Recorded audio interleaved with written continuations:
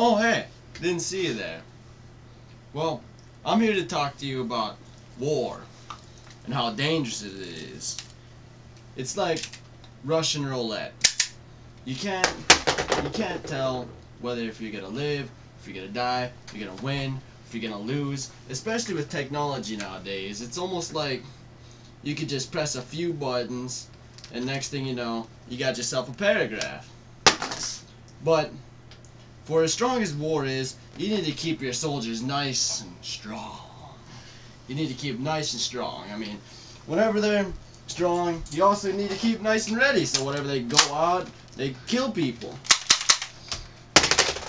But they don't need to be just ready. They need to teach themselves to use various weapons and know how to use them, because anybody can shoot a gun. Seriously. But anybody can drink too. That's the worst part about war. You know, it causes so much depression and stuff. It's not even really worth it. But the best part about war is the art of surprise. And how tricky it can be.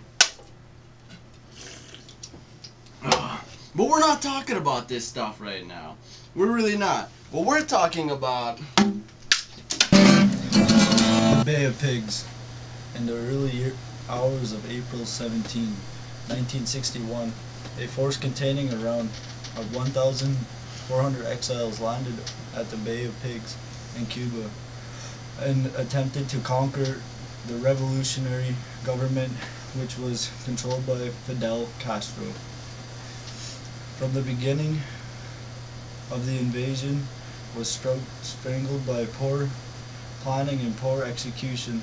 The force, which had been privately trained and equipped in Guantanamo by the United States CIA, it was too small to challenge Castro in military battle without additional support from the U.S., but too large to engage in effective covert operations. Not all that our talking is over. We're about to play a video for you that's documented on YouTube by some other professional source.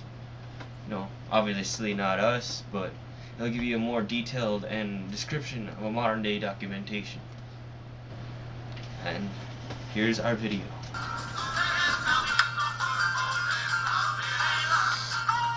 This was a fight between the underdog Fidel Castro of Cuba and JFK of the all-powerful USA.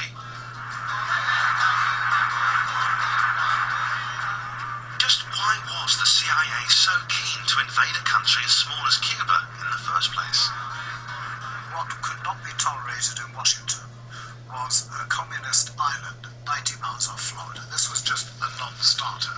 As long as it existed, the US's control of the whole of Latin America was in question. So long as Castro was there, that challenge would persist. People who are young today have got to understand what the Cold War meant. I mean, it was a terrifying 30 or 40 years in the life of the world.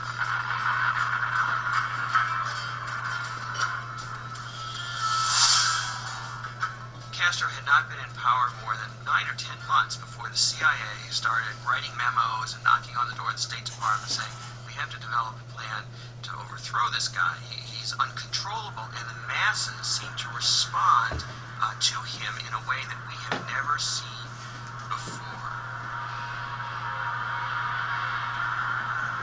The CIA, of course, came up with a plan. They came up with a bad plan, and the military harumphed at it because they knew how bad it was. And intelligence analysts weren't shown the plan because operational people weren't confident with the plan. But this is what the president wanted. So you had a very naive, overrated American president, I might add, and John F. Kennedy going ahead with the Bay of Pigs, which was just destined to fail. So just why was this operation destined to fail? For all kinds of political reasons, American troops could not be seen to be invading Cuba. The political risks were far too high, including possible war with the USSR. So the CIA used Cuban mercenaries. Mercenaries are rotten soldiers. Mercenaries very, very rarely win. You know, they fight for money, they're fat, they're lazy, they're ill-disciplined, they don't know how to use a rifle. These shots were filmed by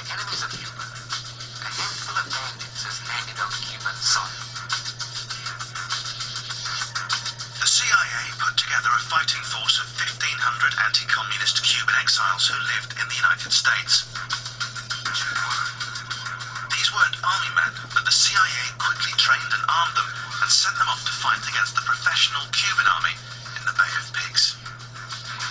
I think if you're looking at some small sort of paramilitary groups of less than 2,000, taking on 35,000 sort of seasoned troops, well, it's a no-brainer. The fact is they're going to be killed. The CIA were sponsoring a Cuban fighting force as opposed to Americans. So if it's successful, America can wave the flag and say what a wonderful thing they've done. If it was unsuccessful, what you don't have is body bags coming back and being buried on everybody's TV screens in America in Arlington Cemetery. The invasion was a total disaster, A, because they didn't know how to fight properly, B, because they kept landing in the wrong places, and C, because the people didn't rise up to help them. They didn't understand Cuba at all. They didn't understand the nationalism of the revolution. And consequently, they had an operation which became known as a perfect failure. And in the end, it consolidated the Cuban Revolution rather than completing its goal, which is to wipe Fidel Castro off the face of the map. Cuba will never retreat. Cuba will hold out. Our country or death. It really was a total catastrophe and left Kennedy with egg all over his face. At this point of the movie, we'd like to say, if you have any further information or questions about this, you should ask your teacher, the local librarian, or just look it up. Simple as that. We'd also like to thank our sponsors, the Speedy Stop. They sponsored us with some water for whenever our throat gets sore. But yeah, thanks for watching. If you don't know anything about the Bay of Pigs by now, you need to retake this class.